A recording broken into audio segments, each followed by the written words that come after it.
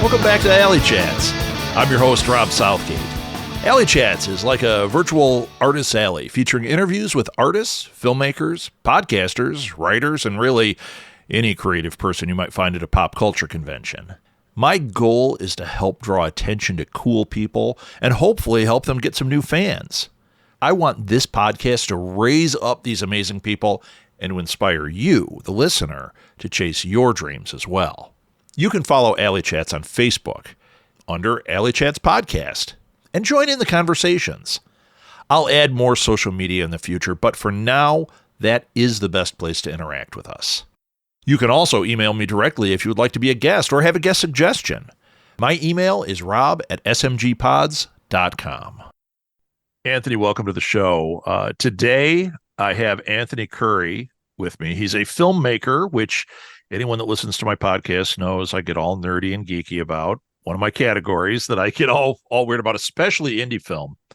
Anthony, I'm going to be transparent here. I've watched a third of the film so far because I was working today and I was like, I want to watch it.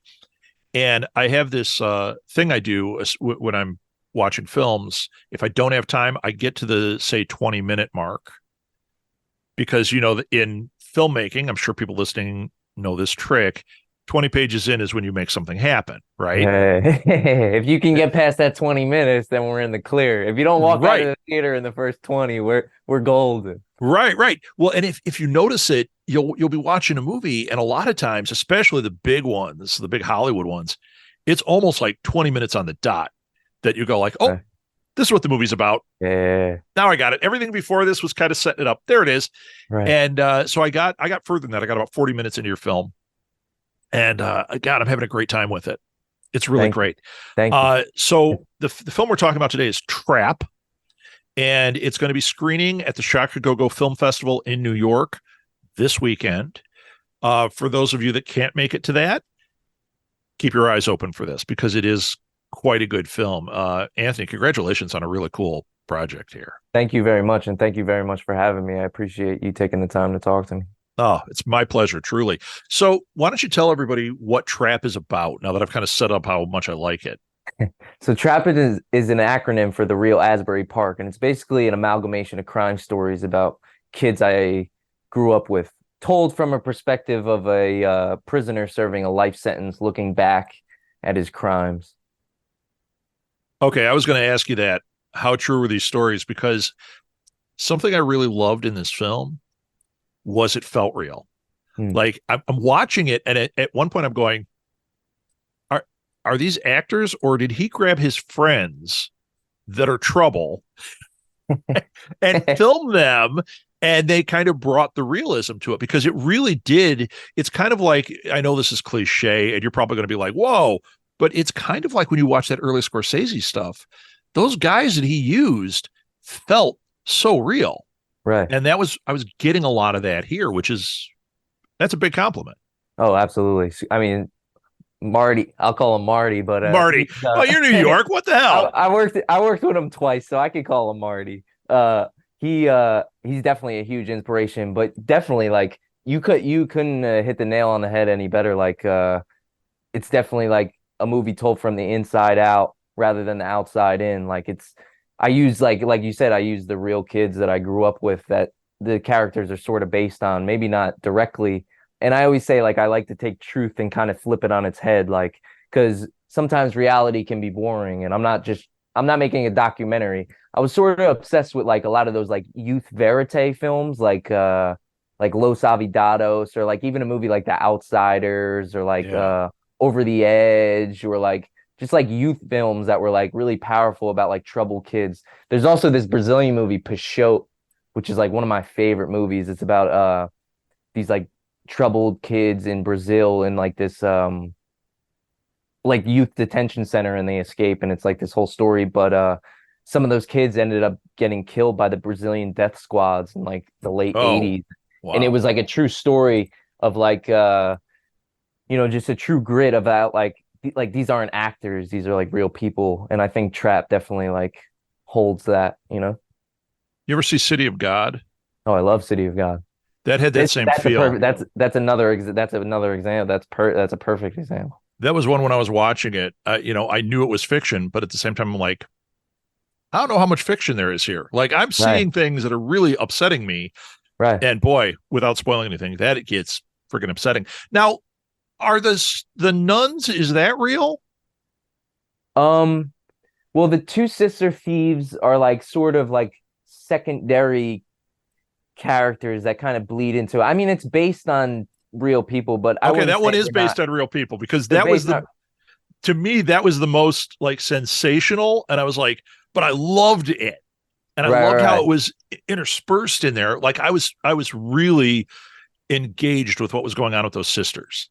because I think the movie is so dark, and even the scenes they're in are really dark, but like there's a certain like they bring like a certain lightness to it, I think because like they're dynamic of like the characters they're playing and like it's like in this movie there's no real protagonist or antagonist. It's like a different Right. kind of film. I always say I want to make movies that are like liquid and like they're almost like inexplicable, where like you don't know who's the good guy or who's the bad guy because good people do bad things and bad people do good things, and like who is anybody to judge? Like some of these kids, this is the life they grew up in, and they learned how to cook crack before they learned how to tie their own shoe. So it's like a certain thing where it's like this is all they knew. So like, does that make them bad, or like did they just need something to like, maybe a figure like an adult figure to show them the right way? But these kids didn't have that because they come from this place where that's all they know.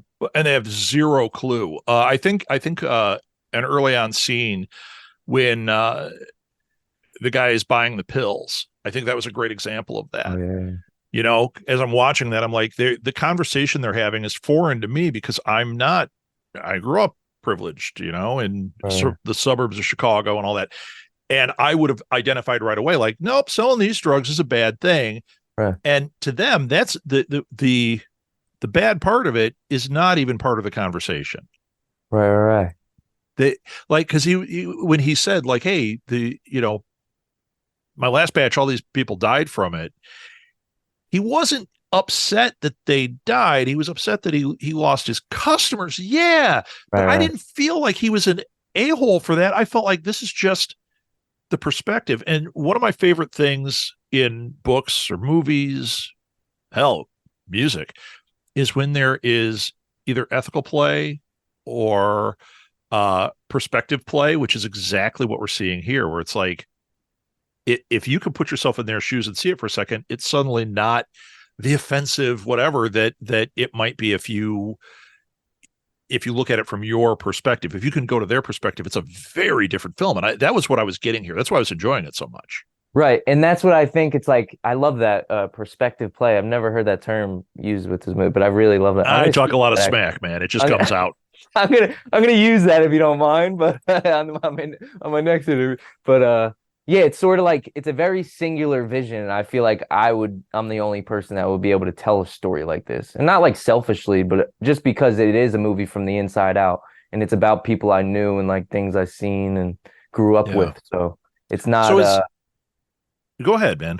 I didn't mean to interrupt you. yeah, it's not like a doc, but it's not like I don't want to say because sometimes when I explain it like that, it almost feels like it's a documentary. It's a narrative film and it's a fictional tale, but there's definitely like this sort of like reality, but like reality flipped on its head through this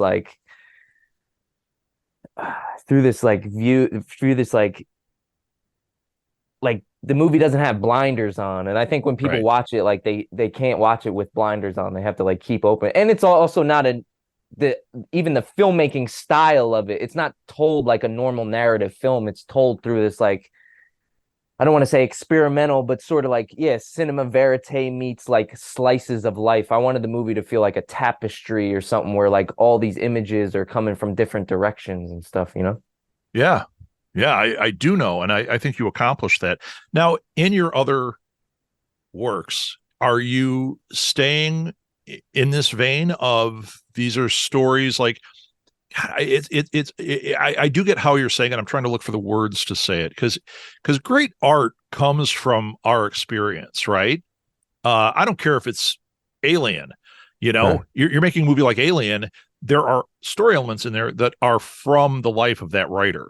right, right, right. There are perspectives that are coming from that writer's world. Mhm. And here it may be a little bit more direct line, but it's still fiction, Right. right? Right. Is this kind of your sandbox that you're looking to do? Or are you like, no, I wanted to tell this trap story. Now I want to go on and I'm going to keep my stories in there, but I'm going to go with something outside of maybe crime. I think oh, definitely. Like the next movie I'm doing is like a dark comedy about horse gambling. But so it's still in but it's still in the vein of like that cinema verite of using also like there's I would say 85% of the people in Trap are not actors. They're just real people that Yeah. now they're actors that the movie's out Right. but like when we made it, they never been in front of the camera for and to like expose themselves like that in front of a camera. So that's something I want to mix, but with the next feature, it's gonna be like more name talent and try to get like bigger actors to play with these real people and be able to like mix the two and be able to have this like because I think sometimes a real uh a real person will give you a piece of themselves more than an actor will, because you're really seeing like depth. Not that an actor can't give you the performance that you want, but I think there's this like authenticity that comes with using real people. But yeah, definitely like even the next movie, it's very highly personal. I mean, Trap's probably the most personal movie I'll ever make, but the next one, like this dark comedy we're doing, is definitely in that same wheelhouse. But I don't know, you mean like if somebody asked me to make a Marvel movie or something? I mean, maybe, I don't know if the money was right, but I think telling personal stories and things that I can relate to and that entertain me in a sense, because in the end it is all entertainment, but uh cinema does something great like better for me. It's like almost like a higher power or something. But maybe that sounds like pretentious saying that or something. No, no, it's good. You're good. On Shaka Go Go, I mean, I know this is like exploitation films. Mm, It's a hell of a lineup too. Like I had Eric Eichelberger on, who's running that on maybe this show. I'm not sure. I had him on Alley Chats, right, I think. But we ran down each of the different movies and kind of got a perspective on them. And there wasn't one that I didn't want to see. I mean, it was like yeah, everything sounded awesome.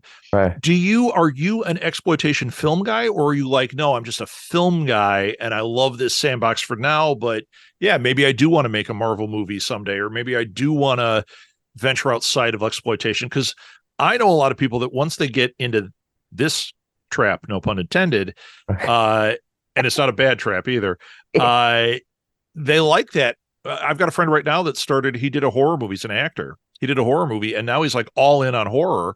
And Right, at first I thought he was just trying to do it because it's like, hey, they were giving me work. But no, he's like, no, I freaking love the people. I love the right. world. I'm just all in.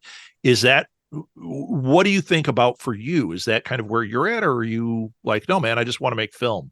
So horror and exploitation films were like my introduction to like Oh, cinema. And then okay, that's how I great. broke off into like getting into like whatever, like Bergman or finding Kubrick or they like these like, more like highbrow, maybe like art house Yeah. type films. But if I turn this camera around, you would see my DVD collection. It's like most of it is horror and exploitation. But uh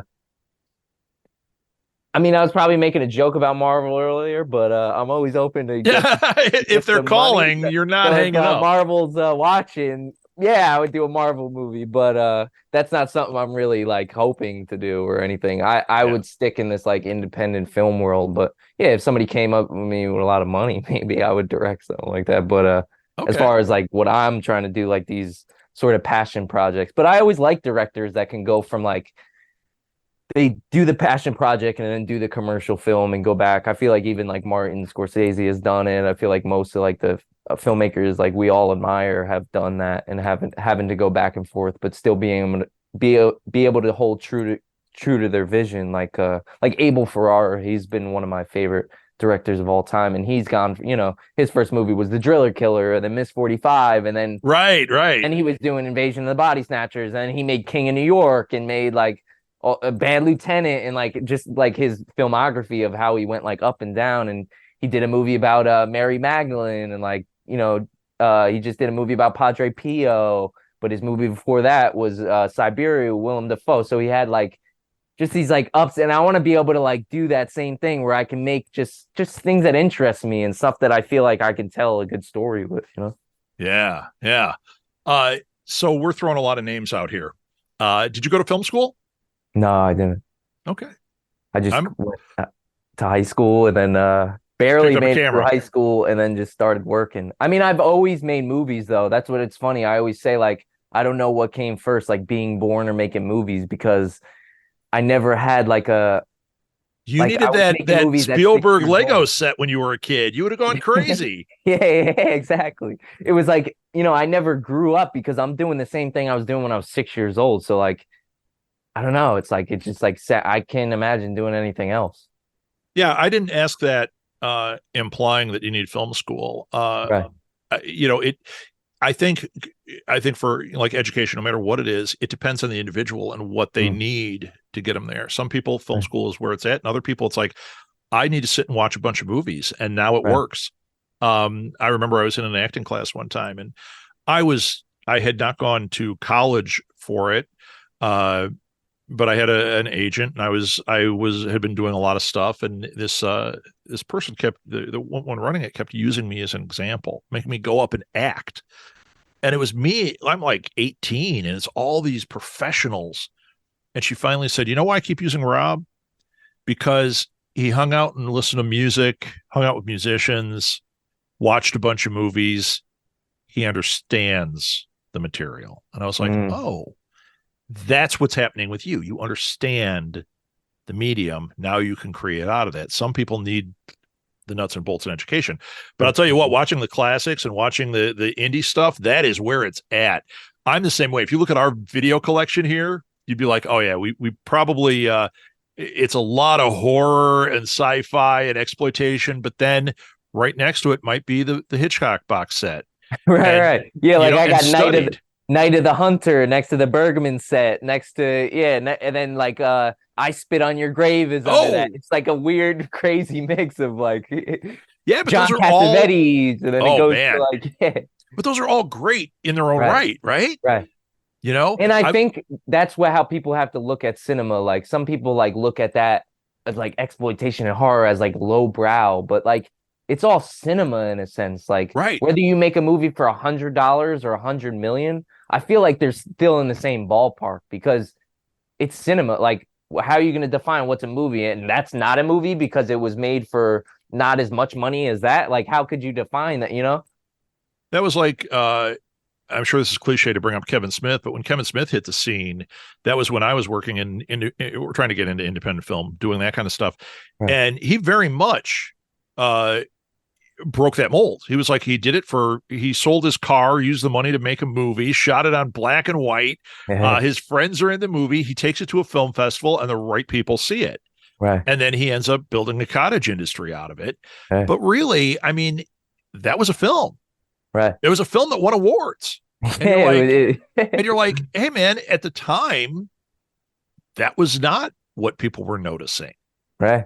you know, but it does happen. And that was a brilliant period, by the way. Sorry you were not quite born yet Of the when it hit. 90s in the Yeah, 90s. but man, the indie scene, oh Yeah. my God, was so awesome. And you had like film festival starlets. That's funny you mentioned Kevin Smith because I just showed my movie at his film festival this last weekend, and Oh yeah, I was just hanging out with him on Sunday, so that's pretty cool that you brought him up. But he was he's like telling a the only one story. of that crew that I don't know. He's the first, like he was telling a story the first time he showed Clerks at the AFM Film Market or whatever. I think it was AFM Film Market. There was two people in the audience. Well, him and his cast and crew and some of the people in the movie, and an old woman who like left 30 minutes in, and then this old man in the front row. And it turns out the dude in the front row was Bob Hawke, who was like a legendary Yes, I've film heard guy. this story. And he's the one who found him, and then it went to Sunday, and it fucking took off. But you don't hear about those film festival starlets anymore in Right. film festival these days. There's no like, maybe because it's, I don't want to say oversaturated. That sounds like I'm bitter or something. But like now that there's digital cameras, anybody can make a fucking movie now. You know, It's true. sorry if I can't curse on here. I have sound effects. I can remove that. Oh, okay, all right, cool. But the reality is, it is different. I talk about this all the time with all the various things I do. It's just a paradigm shift. So yeah, maybe they don't have the starlets at the film festival, and now anybody can shoot something. But you know what? Now there's going to be another wave of directors that are going to make a masterpiece on an iPhone, and Yep. you're going to go, hell yeah, they did it. Yeah, because they're expressing themselves, they're making art, and huge Right. stars are going to come out of that. Now, are huge stars going to come out of YouTube? I don't know. Right. Some of those YouTube personalities, I don't know, but I bet there are people creating amazing things. It happened Right. in podcasting. Podcasting was, when I started, was almost a joke. Like, I always joke that I subscribed to every podcast that was out there because there were like 6 when I started. And but now I look at some of these people that have gone on, and like, they're creating amazing things. Some of them are still in podcasting, some have ballooned out. Right. That's where we're at now. I mean, people Mhm. like you making films like this is what keeps that thing going. So yeah, you could shoot on film, but if you couldn't, it wouldn't have stopped you. You would have shot on Super 8 from the 90s and gotten your story out there and All used the right. same people, and you'd have been like, look, I did it. And you know what? It Right. would have been cool. It just And wouldn't that's sell just to Netflix. exactly. And maybe well, Netflix used to. I'll talk about that later. That's the thing with trap. Like, I shot in any camera I could get my hands on because I mean, it's sort of a mixed media tale, but like, it's like it's like I almost don't care. It's like whether it's 35 millimeter photographs, HD film, celluloid, Super 8, like, it doesn't matter. Like, if that's what it takes to tell your story, you know, if I had a story to tell, but like all I could tell it on was like writing it on this piece of styrofoam, like, I would write it on that styrofoam and, like, I don't There know, you go. staple You're it to you're the making the exact point. Yeah, staple man. it to the wall. Like, it doesn't matter. Like, what, but it's all under the same aesthetic. Like, I have this like sort of like unified aesthetic. I'm also like a painter. I do a little bit of music and stuff. Like, I compose some of the music and trap, but like, Cool. it's all under the same unified aesthetic. Like, it's all the same place and it's all coming from the same world. Like, it's coming out of here. Like, Yeah. Well, you're an artist and you're creating. That's Right. that's where it's at. So I completely get that. Now we're almost out of time. Cool. But I am totally going to have you back. Totally have you back because you and I have a Definitely. lot more to talk about. Definitely. So couple of things. One is, when can people see this at Shakagogo? When is your movie screening? This is Saturday, October 21st at 5 p.m. Let me Great. double check that. And you know what? You don't even have to double check it because I'm going to put it right in the show notes so that people can click on it and go buy tickets and go see this. And then where can people follow you? Because they want to know where you got the next thing screening, where you're doing your next project. They're going to want to follow you for sure. I'm on Instagram, Anthony Edward Curry, or you can find me on Facebook. We also have we're working on the trap website, but if you go to therealasburypark.com, it'll go to the Facebook page. But so we're under construction on the website, but Sure. Also like Instagram, The Real Asbury Park, Twitter, The Real Asbury Park. If you go on like any like The Real Asbury Park, you could find trap. I'll put that in the show notes too. Makes it nice and easy for people. Cool, They can just click on it and boom, they're But there. I do know the screening is at the Film Noir Cinema in Greenpoint, Brooklyn. So Saturday. There you go. Are you planning to take it around to other festivals? This is our 9th festival screening, and I think we're waiting to hear back from 5 or 6 more. Cool. And we're talking to a few distribution companies talking about doing like a small theatrical. So I would like everybody to come to the festival, but it won't be the last time it'll be shown in But theaters. follow Anthony Curry and see where it's playing, because you don't want to miss this one. Anthony, thank you so much for being on. This was amazing. Thank you very much, man. I appreciate you so much. You can connect with me on social media or via email. All the links are found in the show notes. Oh, and it would really help me if you would rate and review this show on whatever platform you use to listen to this podcast. Good reviews help others find the show, which ultimately helps these incredible guests get more exposure. Alley Chats is a production of Southgate Media Group, hosted, produced, and edited by me, Rob Southgate. Thanks again for listening to Alley Chats. And don't forget to support